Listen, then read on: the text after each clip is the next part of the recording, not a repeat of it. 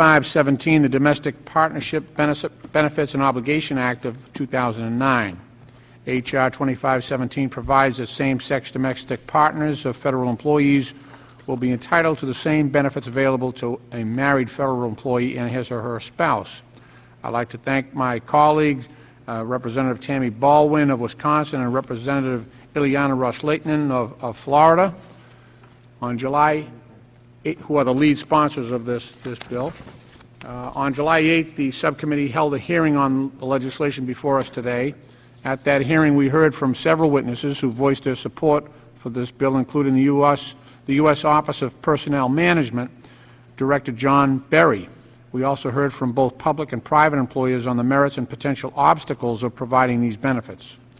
Although every detail involving implementation of these benefits has not been completed, this subcommittee has all the information it needs to proceed with reporting this legislation and correcting the inequality that it currently exists for federal employees and their domestic partners. With consideration of H.R. 2517, the real issue that we are tackling today involves principles of equality, fairness, and inclusion in the workplace, principles that should be commonplace for the federal government as an employer, both in theory and in practice. However, neither exists currently. Many federal employees and their same-sex partners continue to be denied access to employee benefits such as health insurance or retirement savings, which are customarily offered to employees with opposite-sex spouses. As a leader in employee rights and benefits, the federal government needs to catch up to numerous public and private sector employers whom already have extended domestic partner benefits. The passage of H.R. 2517 will also demonstrate that the federal government stands by the concept of equal pay for equal work. The bottom line is that the passage of this bill before us is simply the right thing to do. Aside from the basic concepts of fairness and non-discrimination, the need to provide domestic partnership benefits to federal employees should also be evaluated in light of the potential positive impact such policies can have on the federal government's recruitment and retention capabilities, employee productivity, and morale. As the recent hearing demonstrated, we have let a tremendous amount of talent walk away from federal employment and seek jobs from private employers who offer these valuable benefits. This legislation is being reported in order for the federal government to continue its leadership and support of equality and inclusion. I'd again like to thank the lead sponsors from Wisconsin and Florida, Congresswoman Tammy Baldwin and Ileana Ros-Lehtinen, as well as the 115 co-sponsors of H.R. 2517 for their work, diligence, and commitment. I thank the subcommittee members for their participation and attendance this morning, and I hope you will join me in supporting the bill as well as the amendment I intend to offer later. I now yield to our ranking member, the gentleman from Utah, Mr. Chaffetz, for his opening comments. Thank you, Mr. Chairman. I'd like to actually, if we could, recognize Mr. Souter first, and then I'd go after him. Of course. The gentleman is recognized. Thank you, and I'd like to read a statement that I put together, and it's a very difficult subject, and I appreciate the difficulty of this subject for many of us today. And I thank the chairman. In today's society, the biggest faux pas that one commit is seemingly not to be tolerant. To condemn is to judge, which is mean, harsh, nasty, and uncivilized. So we seemingly can't have moral disagreements anymore on homosexual rights, abortion, prostitution, illegal drug use, gambling. We should be allowed to do our own thing. Back when Bill Clinton was president, I was live on BBC's highest-rated newscast after the Monica incident. I was asked, why are Americans so upset that the president dropped his pants for an intern? Why are Americans so moralistic that he feels he needs to keep apologizing, they ask. Similarly, why do Governor Sanford, Senators Ensign and Vitter, and others feel compelled to apologize, especially in a country with around a 50% divorce rate and many more have affairs? It is safe to say that as a nation we have some gaps between what we say and what we do. I believe that every person is a sinner, so I do not believe that I or others should go around condemning others when we disagree. We can state our disagreements, but we need to watch our tone. I do not pretend to be perfect. None of us are. Most Americans still believe in the basic Judeo-Christian values as a goal, if not always the reality. Thus, while most of us have homosexual friends and many have family, the majority, even in California, believe that marriage should be between one man and one woman. The fundamental debate behind today's vote is whether, as a society, we still agree that marriage and the legal benefits derived from marriage should be reserved only for traditional families. If we give the same tax benefits and even fund benefits with taxpayer dollars for partners or whoever the committed other is, then we have taken away the concept of a traditional marriage. It becomes irrelevant. I and most Americans are offended at gay bashing and appalled by violence against homosexuals. We can strongly disagree without mistreating each other. I maintain that while Americans want us to be personally more tolerant and less condemning of others, they still want to uphold basic moral ideas of the traditional one-man, one-woman family. Today's vote is a difficult reconciliation. If there is a gay couple who has been together for 20 years, why shouldn't the partner get health benefits? On the one hand, it just seems fair, but the real question is much harder and challenges our fundamental beliefs. Do we believe in continuing the moral ideal of a traditional marriage in America? Or have we gone so far that even now we are abandoning that as the official position of our society and its laws? This Congress and the President are steadily eroding away our traditional moral standards, the fundamental moral goals of a society, in the name of fairness. I understand why, but I do not agree. It is bad enough in my mind that we fail to achieve our moral goals, as we have seen so much in the recent news, but it is worse to be abandoning moral hazard even as a guiding principle. Right now it seems that this government is doing it in almost every piece of legislation, whether it's in financing or it's in narcotics or, in this case, in traditional definition of marriage. I am against taxpayer funding of these benefits because it is totally inconsistent with the belief that marriage should be one man and one woman and alters the long-held position of our society. I yield back. I thank the gentleman. Does any other member wish to be heard on this matter? I'm sorry. Yes. Oh, yeah. Chair recognizes the ranking member, Mr. Chaffetz of Utah. Thank you, Mr. Chairman. I appreciate this this opportunity. My comments will be brief. I simply believe in the traditional view of marriage, and I stand tall in that. I make no apologies for the idea that I believe that marriage should be defined as between one man and one woman. I am not supportive of trying to redefine marriage or try to provide something that will appease someone else. I do not believe we should try to redefine marriage, and therefore I am very unsupportive of this bill as it's presently written.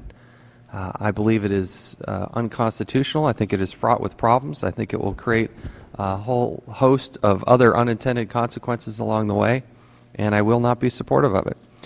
Chairman. Thank you, Mr. Chairman. I yield back the balance of my time. I thank the gentleman. Mr. Chairman. Does any other member wish to be heard? Chair recognizes the gentleman from Ohio, Mr. Kucinich. I speak in support of the bill.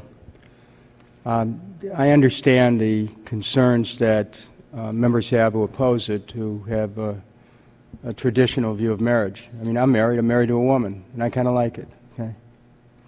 But I also understand that when you're talking about love, if two people love each other, then in a sense there are times that sexuality can just kind of dissolve as a factor.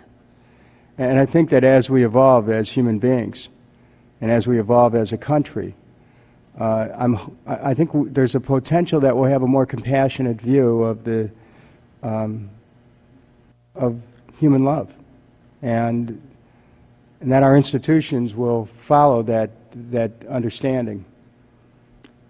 Yield back. I thank the gentleman. Mr. Chairman. Chair recognizes the gentleman from Northern Virginia, Mr. Conley. I thank the Chair. Just briefly, Mr. Chairman, I understand the discomfort of our colleague about the subject matter and about the intent of this bill. I'm in support of the legislation because I don't think this is about the personal moral views of members of Congress. This is about equity and fairness in the federal workplace. This is about making sure that no class of human beings, based on their beliefs, their lifestyle, their orientation, is discriminated against in the federal workforce. And this Congress needs to be heard loud and clear that we will not countenance discrimination in any form for any reason against any person or class of persons. That's what this legislation is about, and that's why I support the bill, Mr. Chairman. I thank the gentleman. Chair recognizes the gentlelady from Washington, D.C., Ms. Eleanor Holmes Norton. Mr. Chairman, I appreciate the rapid proceeding to markup of this bill following our hearing. I was pleased to be a co-sponsor of this bill. I recall that for several sessions, this subcommittee saw even the paltry executive order that was on the books not being enforced. So we are squarely facing this issue. In fact, and frankly, we're followers on facing this issue, but we're facing straight on another issue of discrimination. There's no way to avoid what we've been doing. We've been discriminating against employees of the federal government based on their sexual orientation, doing the same job as other couples and not getting the same benefits. We are way behind Fortune 500 companies. We are way behind the country. Wake up. The country has changed on these issues. Congress is following, not leading. I'm pleased to see that this subcommittee is stepping forward and pressing this issue to its worthy conclusion. I thank you, Mr. Chairman. I thank the gentlelady. The Chair recognizes the gentleman from California, Mr. Bill Bray. Yes, Mr. Chairman, I have to apologize. I'm once a history major, always a history major, and I just think that we need to remember maybe the sad issue here, and I'll say this as somebody who strongly supported domestic partnerships when I served in California. I hate to see the way that support has been manipulated in the recent past. But why is the government, you know, we've gotten in the situation of why was the government even providing these benefits ever to somebody who is related or associated with an employee? And, you know, we forget what all of these institutions or all these arrangements were for, and I hate to say it, but the issue of marriage has been tagged on with the gay community when, in fact, this thing goes a lot deeper. The fact the total devaluation of the concept of family and the broadening of that definition of family, you know, ignores the point that the only reason why we provided these benefits before is because there was a unit in society where one person stayed at home or was not fully employed because there was a requirement within that unit that somebody be present to raise the children. I know this is a dirty word to bring up, but this whole thing is not about couples. It's about the reason why the government got into treating somebody who was associated a certain way was because that person was part of a team that was raising children, and there was a social benefit of having that unit together raising those children. I think we've all seen what happens when the concept that a couple raising children doesn't matter anymore. We've seen the social, economic, and cultural problems created by denying the importance of two people working together to raise a family. And I think we totally forget. This is not about love. This is not about sexual orientation. This is not about couples. This was originally developed and has always been aimed at children and at families. And the family unit was not a couple. It was to help make sure the next generation was raised. Would my friend yield? Go ahead, Dennis, no problem. Gentleman is recognized. What I'm trying to understand in what you're saying is, are you saying that if a couple is childless, that where do you put reclaiming my time? What I'm saying is, there was an assumption that when a couple was married, there was a high probability that there'd be third and innocent individuals that we wanted to participate and protect. And one of the ways of doing that is to understand that there was a team and not both members may be working, gaining benefits and whatever. And that just as we do with the military, where we actually pay for spouses to support the spouse, it was based on a whole different assumption.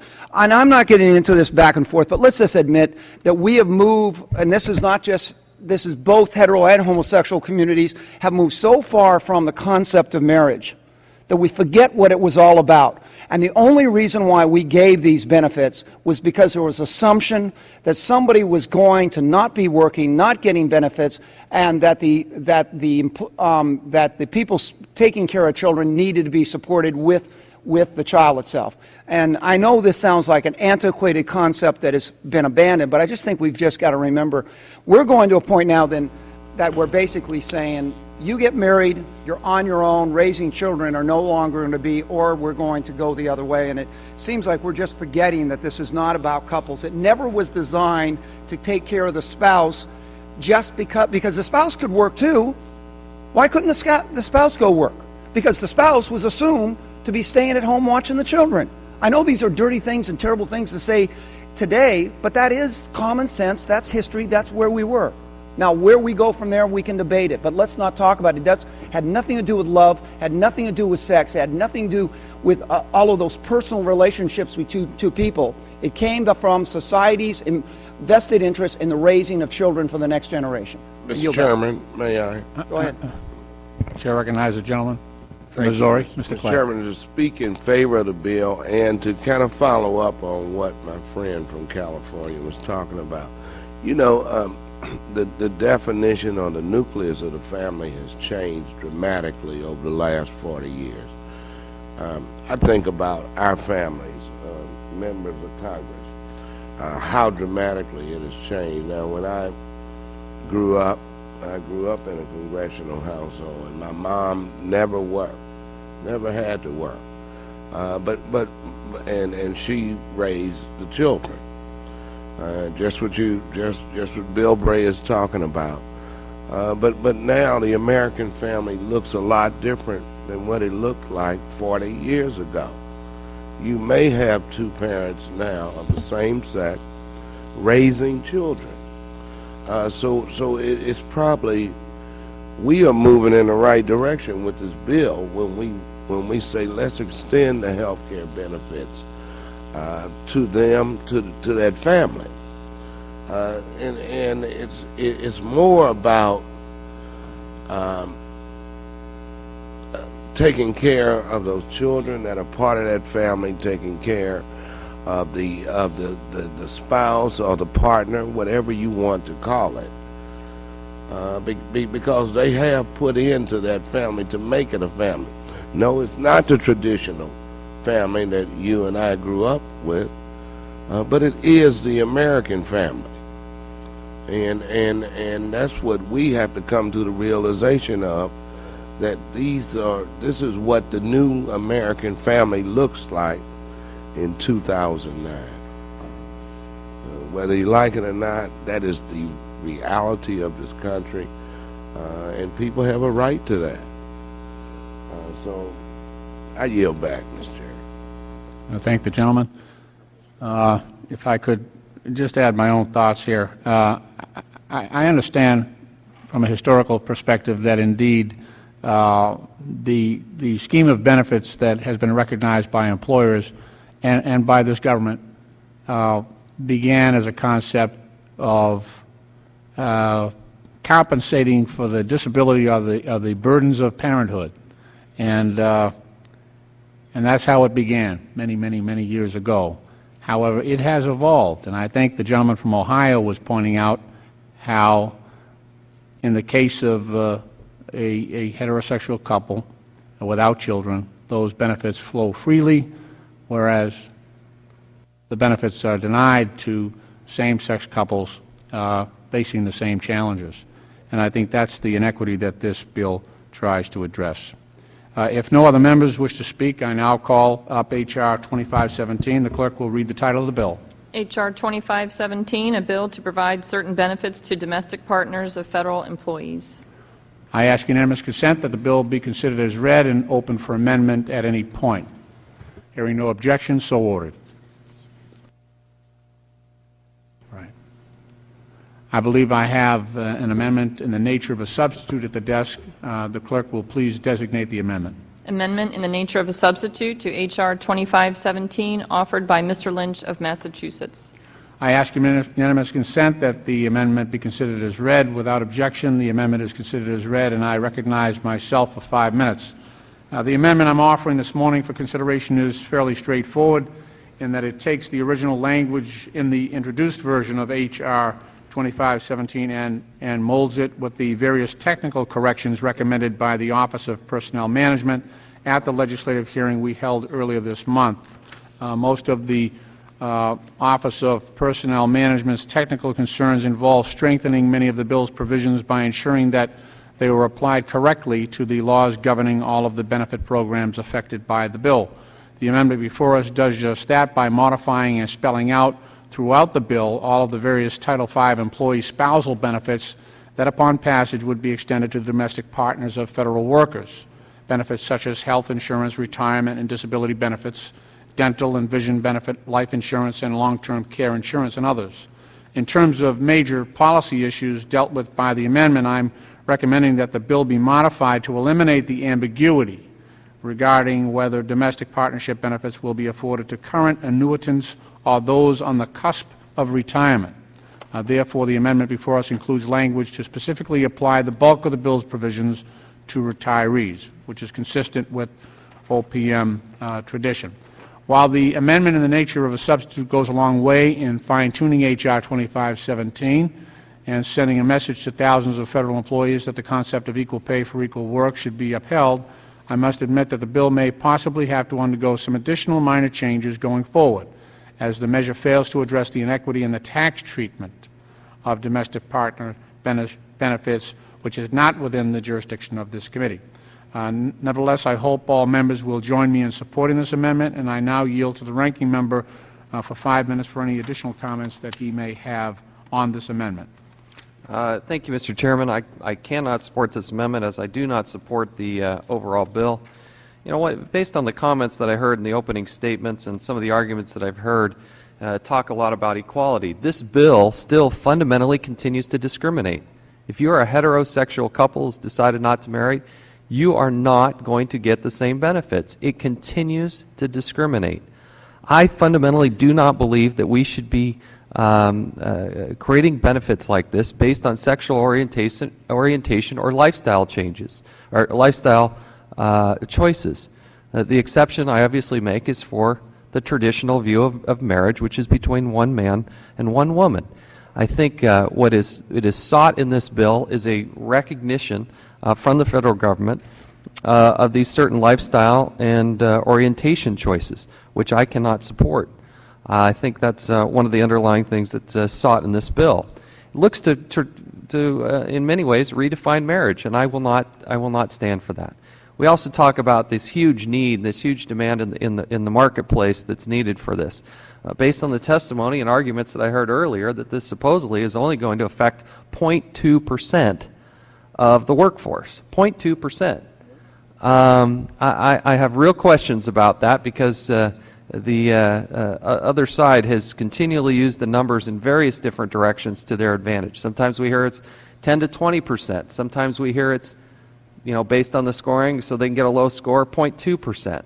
I think there are huge question marks in this regard as to how many people this would affect or not affect.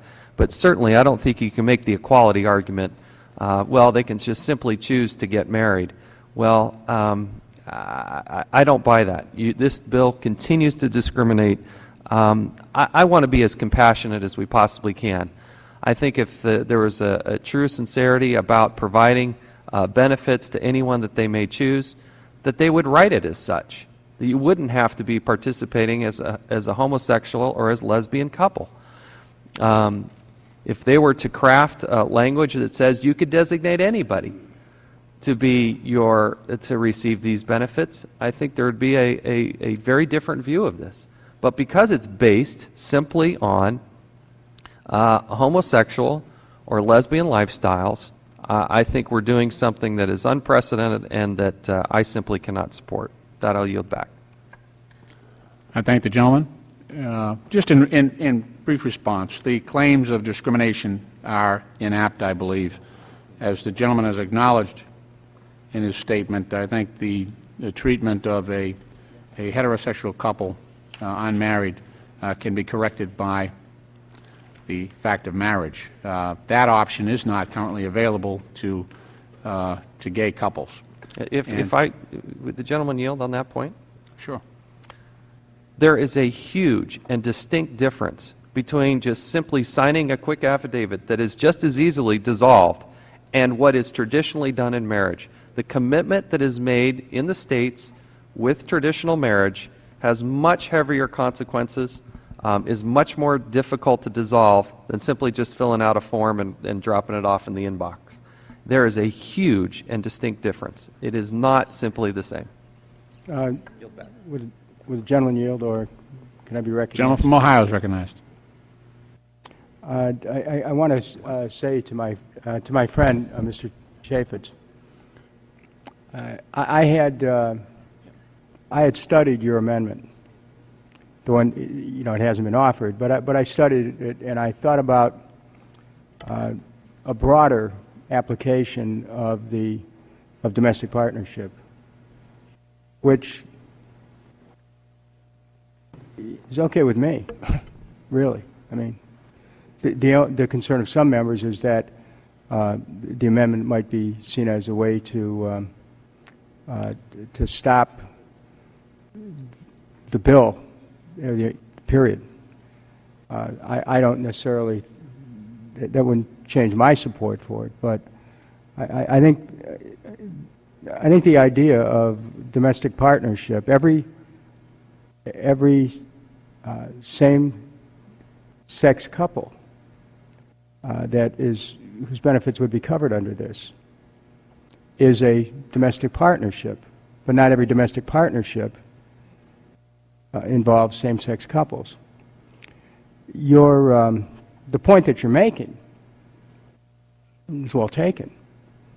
I think we also have to recognize the tremendous amount of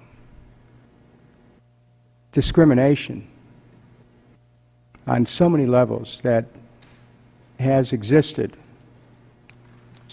against same-sex couples. It's really extraordinary to think about it. Any one of us who knows people who are in a committed relationship and they happen to be of the same sex. One case, two very dear friends of my wife and I have been in a committed relationship for over 40 years. And looking at the trajectory of that relationship and where it started, what people had to go through, the kind of prejudice and and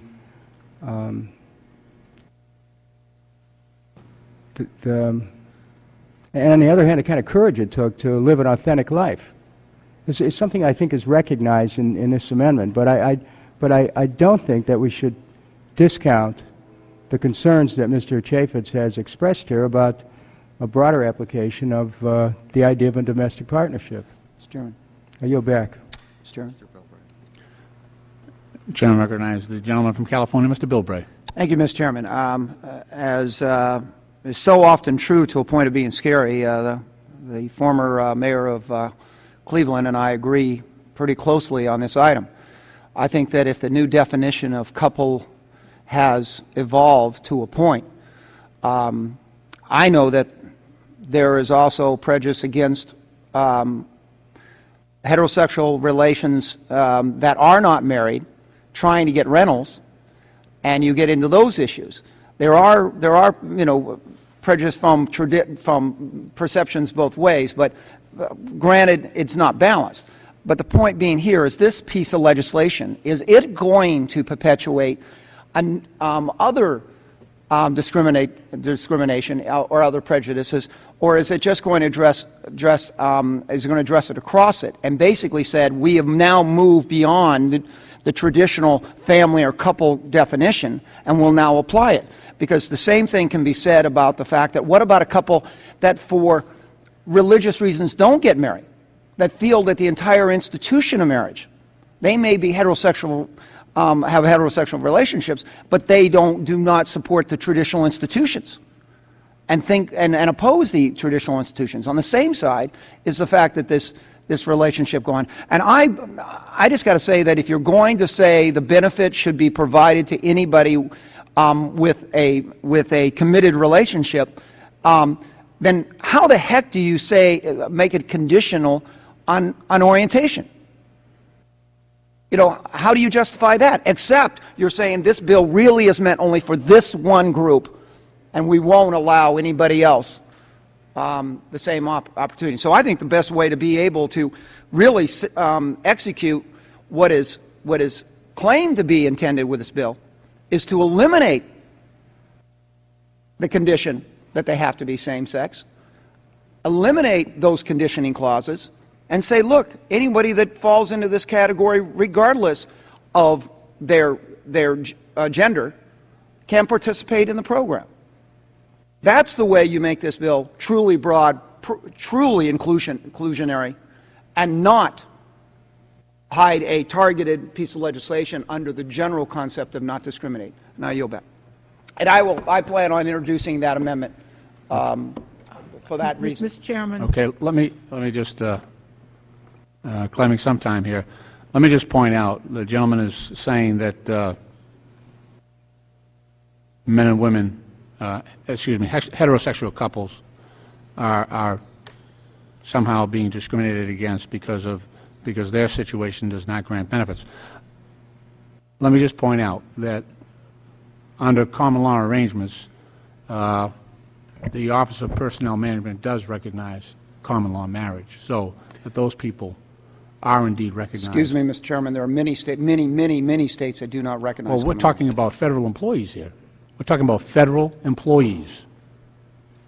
And the Office of Personnel Management for federal employees recognizes common law marriage. So it basically defeats the gentleman's argument. Mr. Chairman, I have a question for the gentleman, because the two gentlemen on the other side appear to be in disagreement. The gentleman from Utah emphasizes marriage and the difference between marriage and a mere affidavit. Does that mean that the gentleman would support this bill in those states where, in fact, couples may be married, and there are now maybe almost half a dozen states which recognize same-sex marriage, which would therefore meet your apparent criterion of a committed relationship because they are married under the law of the state? Probably not, no. Well, I think that points out that is not the difference here, then, Mr. Chairman. Mr. Chairman. The chair recognizes the gentleman from Northern Virginia. Thank you, Chair. Mr. Chairman, I can respect the sensibilities of our colleagues with respect to the subject, but with due respect, it's not relevant. How one feels personally about same-sex relationships or marriage is not what's in front of us. What's in front of us is a piece of legislation to allow those who are living in a partnership relationship of the same sex to be able to access benefits like any other federal employee. And will the gentleman yield? Will the gentleman yield on that point? If I may finish, irrespective of one's personal moral view of how the world ought to work, that's not the question in front of us, unless what we're about is trying to make political points.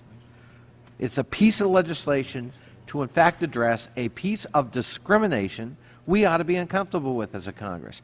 And as the Chairman has indicated, this is about the federal workforce, not some other workforce, the one we control, the one we have to address.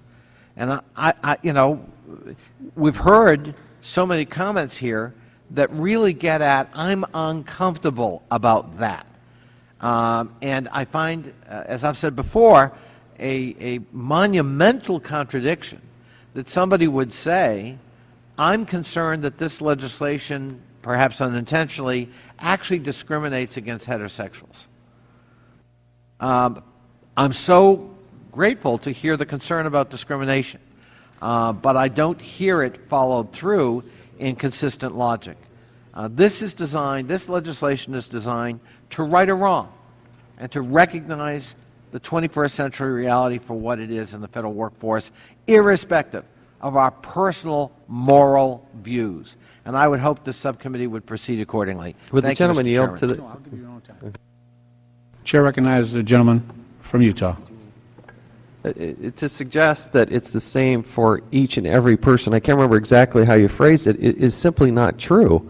With all due respect, there are people in many different categories, and what we're doing is essentially creating another new class, but still not including everyone. And that's what I'm saying is duplicitous in this discussion. Is, you know, before when we had the hearing, one of the examples that I used is my great aunt.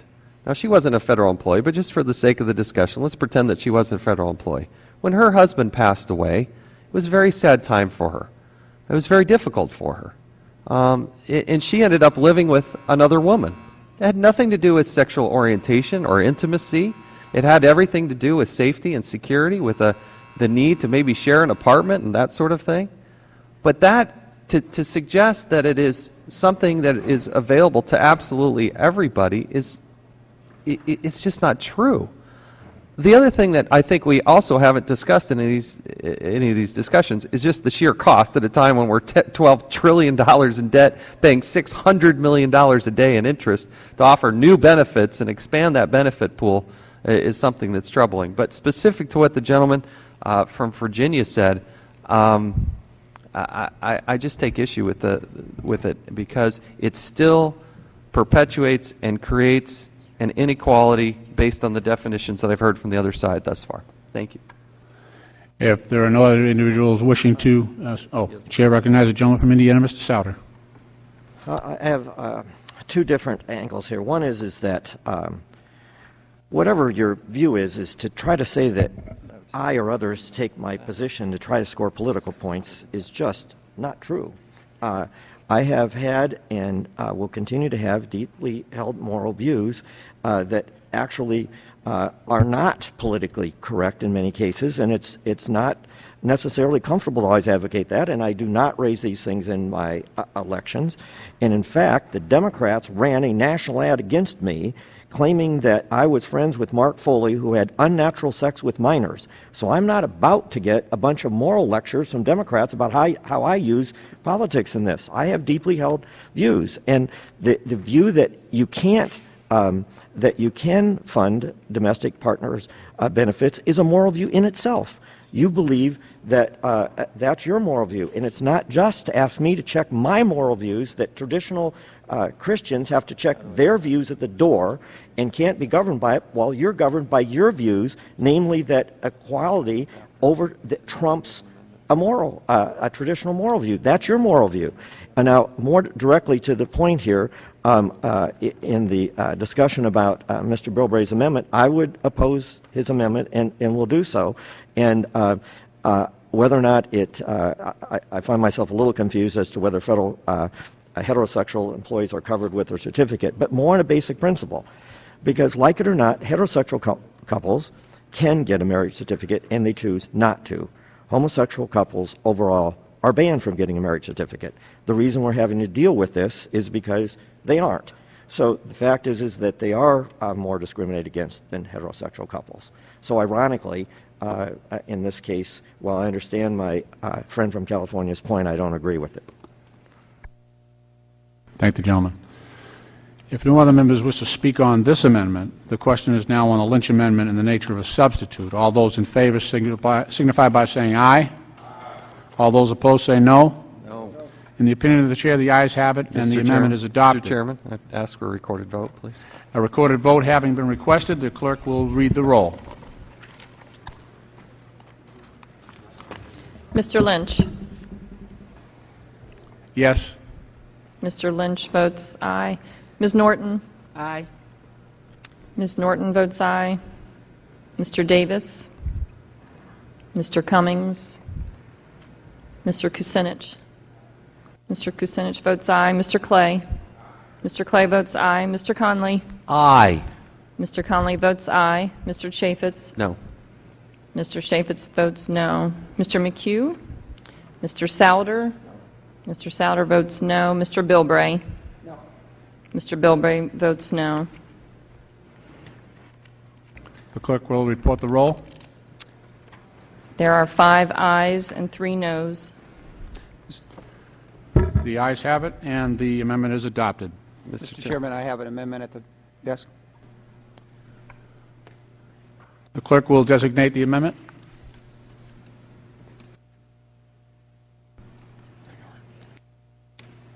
Amendment to the amendment in the nature of a substitute to H.R. 2517, offered by Mr. Bill Bray of California. Page 2, lines 10 to 11, strike "of the same sex."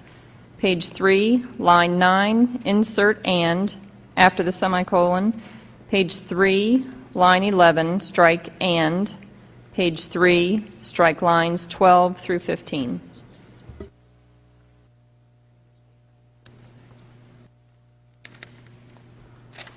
Chair recognizes the gentleman from California. Thank you, Mr. Chairman. Mr. Chairman, the amendment's very clear-cut. It strikes the "of the same sex," and it basically reflects, as has been articulated before, the brave new world we've entered into, this new definition of couples, relationships, and it eliminates the discriminatory clause within the existing bill.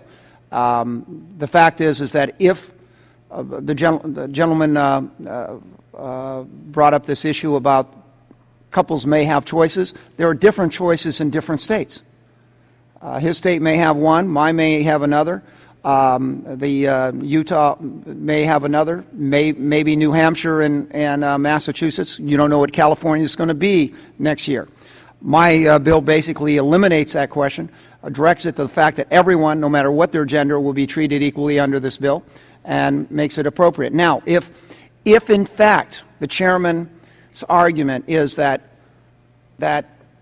everyone else already has this option, so why do we have to bring it? My question is, then what's the damage of reaffirming that they have that option?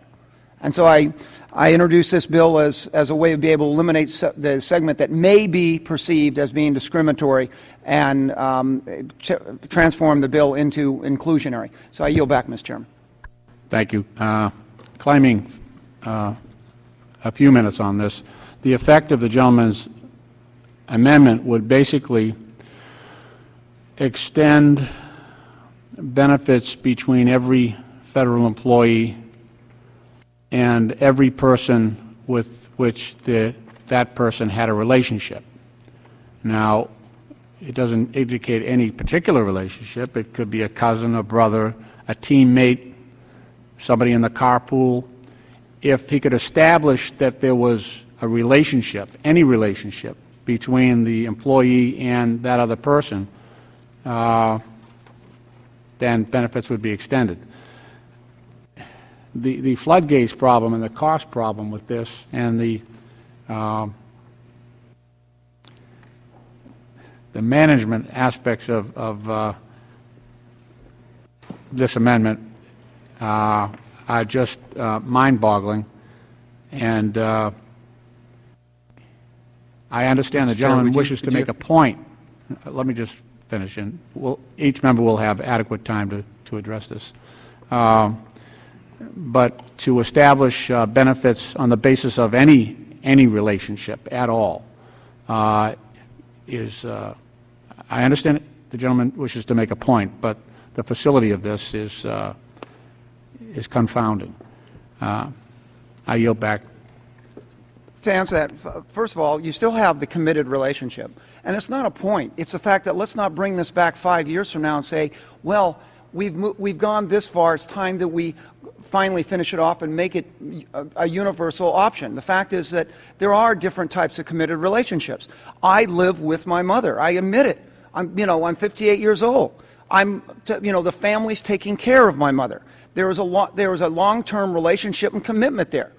The fact is that there's different types of committed relationships. But if you are saying now that dollars and cents is what matters, then we get back to a whole different argument. I thought this was about being inclusionary, not discriminating. Then let's do it. Let's actually allow it to be done, and let's not pick and choose winners and losers on this item. Anybody else wish to be heard on this amendment? Chair recognizes the gentleman from Washington, D.C. You mean the gentlelady? Sorry. Gentlewoman, all Oh, right. what did I say? That's all right, Sure. gentleman. That's all right. That's all right. Oh, I'm sorry, I know I'm we're in the sorry, I'm same sorry, I'm sex, sorry. talk The here. chair recognizes But- the gentlelady from the District of Columbia, And Ms. the room Holmes is full Norton. of gentlemen, so the chairman is forgiven.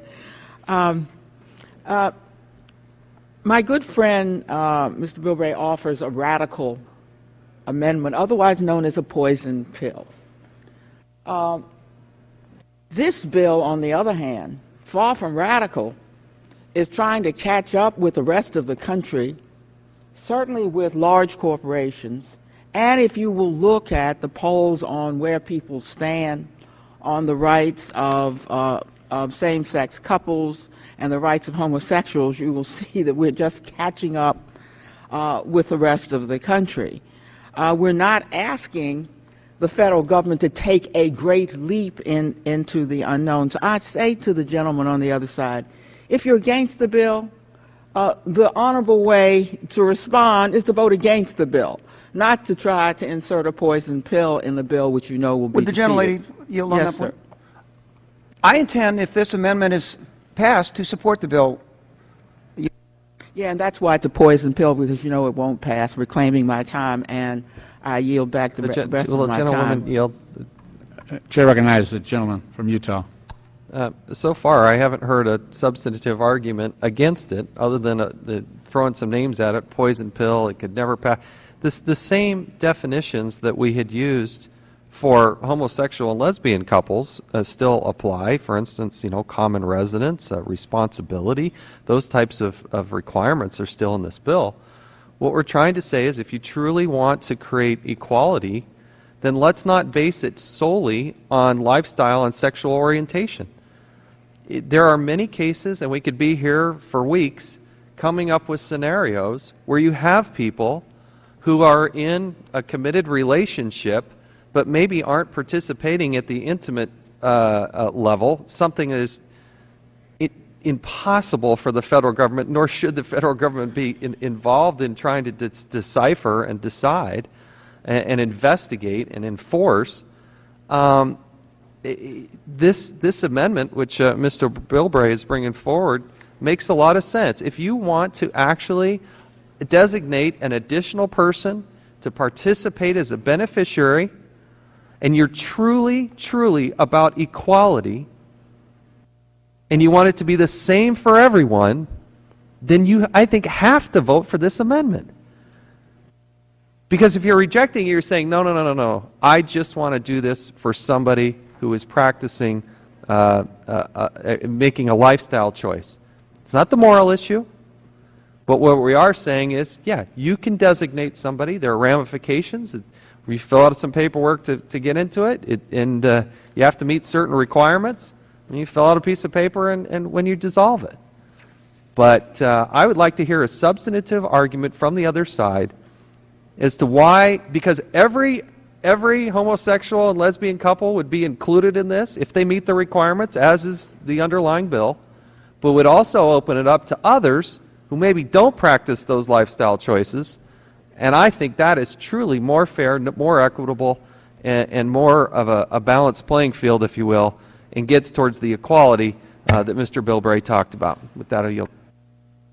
Mr. Chairman. Chair recognizes the gentleman from Northern Virginia. I guess, once again, I hear a monumental contradiction in my friend's logic. He initially told us this made him uncomfortable, that he believed the definition of marriage was between a man and a woman. Now he's telling us he's concerned about discrimination and that he could support this amendment, which actually would, if passed, provide benefits to same-sex couples, something he earlier told us he opposed. And we heard him lecture us about consistency about discrimination. Well, if you really want to be that consistent about discrimination, then I assume you favor repeal of the Defense of Marriage Act because it discriminates.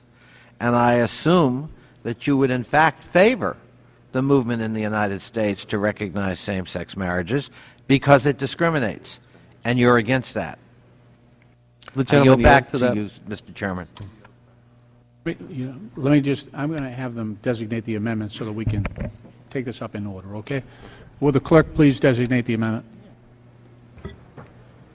Mr. Bilbray's amendment? Yes, I'm sorry. Amendment to the amendment in the nature of a substitute to H.R. 2517, offered by Mr. Bilbray of California. I ask unanimous consent that the amendment be considered as read. Without objection, the amendment is considered as read. And I now recognize the gentleman from California, Mr. Bilbray. Mr. Chairman, I need to apologize to the committee. I should have explained that my history related to the entire issue of discrimination. Some of you may not know, I was the author in the 90s of the Workplace Fairness Act. The Workplace Fairness Act was a concept that rather than picking certain groups to be protected, we said that unless it directly related to workplace, unless it directly related to work performance, no discrimination should be justified or should be legal.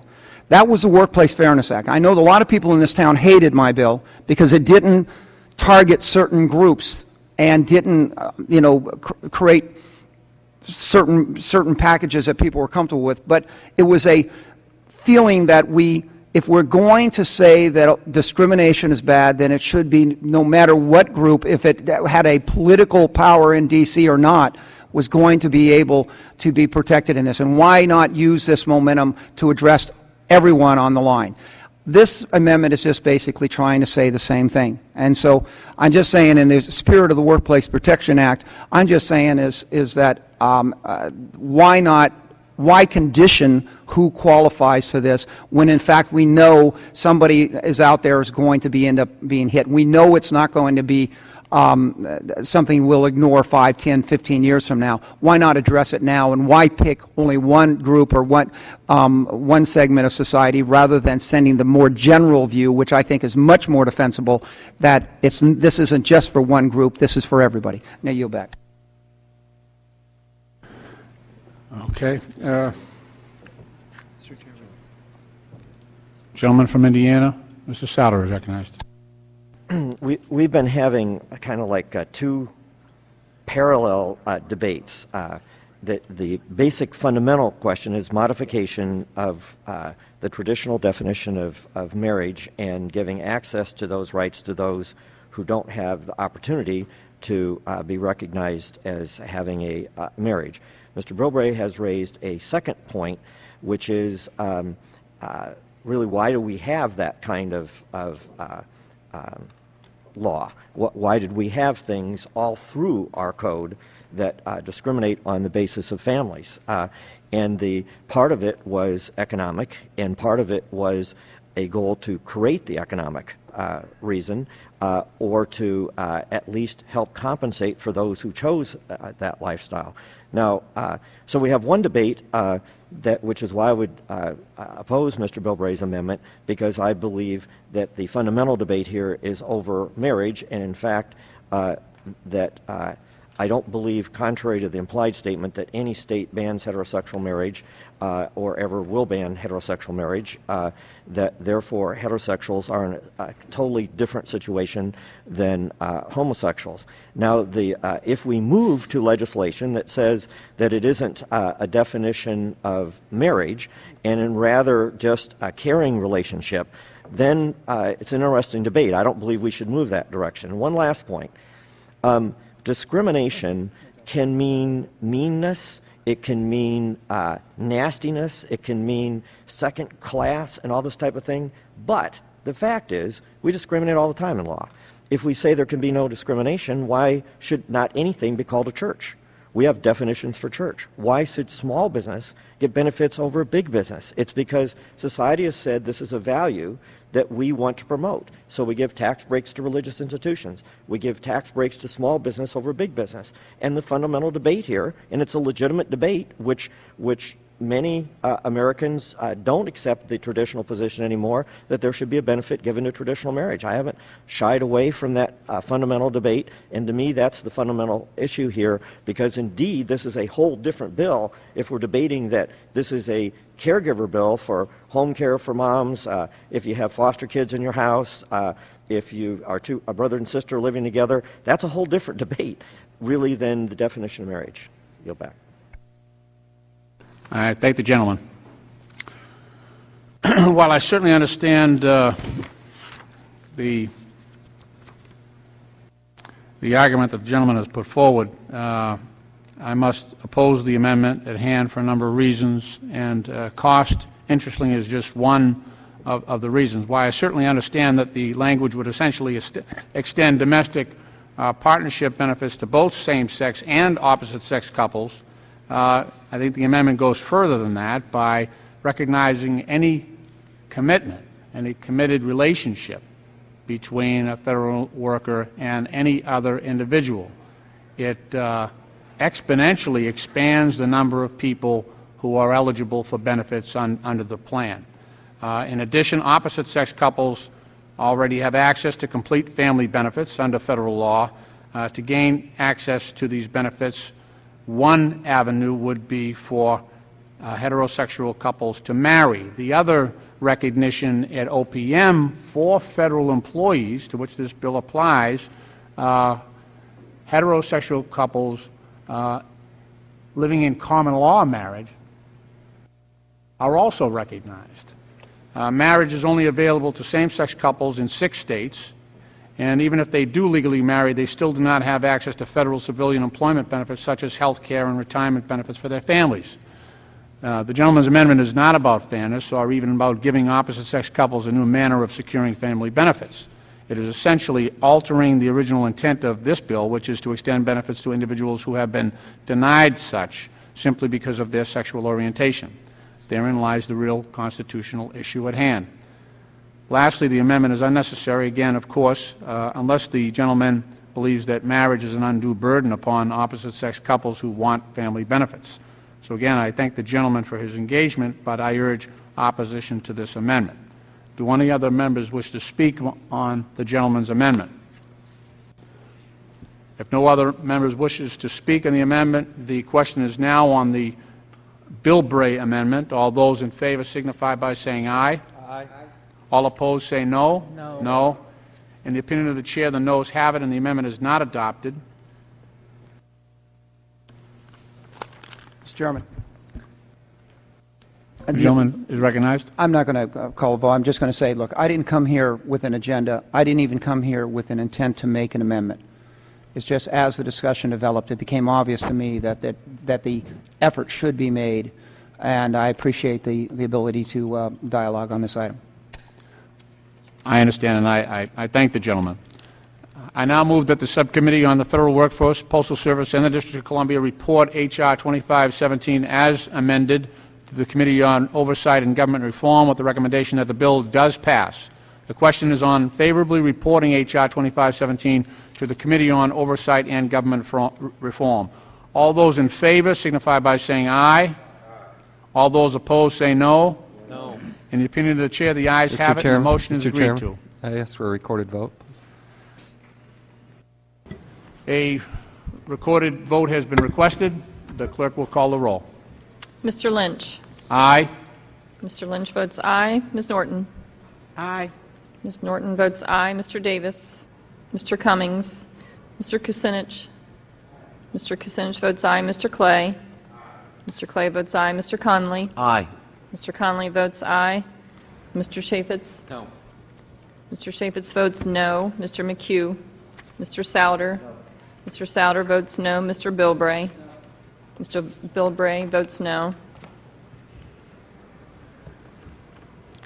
Will the clerk report the roll? On that vote, sir, there are 5 ayes and 3 noes. The amendment is therefore adopted. I'm sorry. The bill as amendment is adopted.